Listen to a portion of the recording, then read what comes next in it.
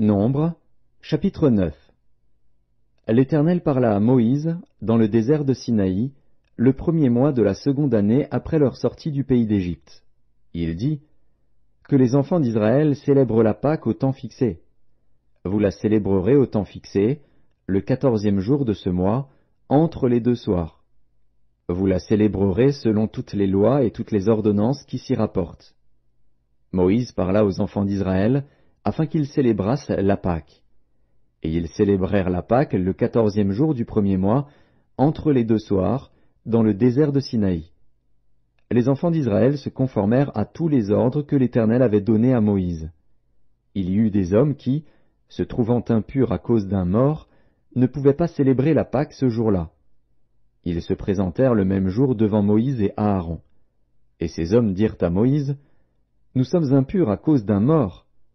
Pourquoi serions-nous privés de présenter au temps fixé l'offrande de l'Éternel au milieu des enfants d'Israël » Moïse leur dit, « Attendez que je sache ce que l'Éternel vous ordonne. » Et l'Éternel parla à Moïse et dit, « Parle aux enfants d'Israël, et dis-leur, si quelqu'un d'entre vous ou de vos descendants est impur à cause d'un mort, ou est en voyage dans le lointain, il célébrera la Pâque en l'honneur de l'Éternel.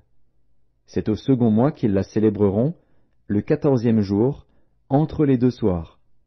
Ils la mangeront avec des pains sans levain et des herbes amères. Ils n'en laisseront rien jusqu'au matin, et ils n'en briseront aucun os. Ils la célébreront selon toutes les ordonnances de la Pâque. Si celui qui est pur et qui n'est pas en voyage s'abstient de célébrer la Pâque, celui-là sera retranché de son peuple. Parce qu'il n'a pas présenté l'offrande de l'Éternel au temps fixé, cet homme-là portera la peine de son péché. Si un étranger en séjour chez vous célèbre la Pâque de l'Éternel, il se conformera aux lois et aux ordonnances de la Pâque. Il y aura une même loi parmi vous, pour l'étranger comme pour l'indigène. Le jour où le tabernacle fut dressé, la nuée couvrit le tabernacle, la tente d'assignation. Et, depuis le soir jusqu'au matin, elle eut sur le tabernacle l'apparence d'un feu. Il en fut continuellement ainsi. La nuée couvrait le tabernacle, et elle avait de nuit l'apparence d'un feu. Quand la nuée s'élevait de dessus la tente, les enfants d'Israël partaient, et les enfants d'Israël campaient dans le lieu où s'arrêtait la nuée. Les enfants d'Israël partaient sur l'ordre de l'Éternel, et ils campaient sur l'ordre de l'Éternel. Ils campaient aussi longtemps que la nuée restait sur le tabernacle. Quand la nuée restait longtemps sur le tabernacle, les enfants d'Israël obéissaient au commandement de l'Éternel et ne partaient point. Quand la nuée restait peu de jours sur le tabernacle, ils campaient sur l'ordre de l'Éternel, et ils partaient sur l'ordre de l'Éternel.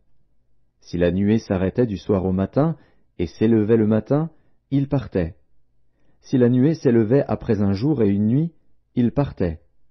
Si la nuée s'arrêtait sur le tabernacle 2 jours, ou un mois, ou une année, les enfants d'Israël restaient campés, et ne partaient point. Et quand elle s'élevait, ils partaient. Ils campaient sur l'ordre de l'Éternel, et ils partaient sur l'ordre de l'Éternel. Ils obéissaient au commandement de l'Éternel, sur l'ordre de l'Éternel par Moïse.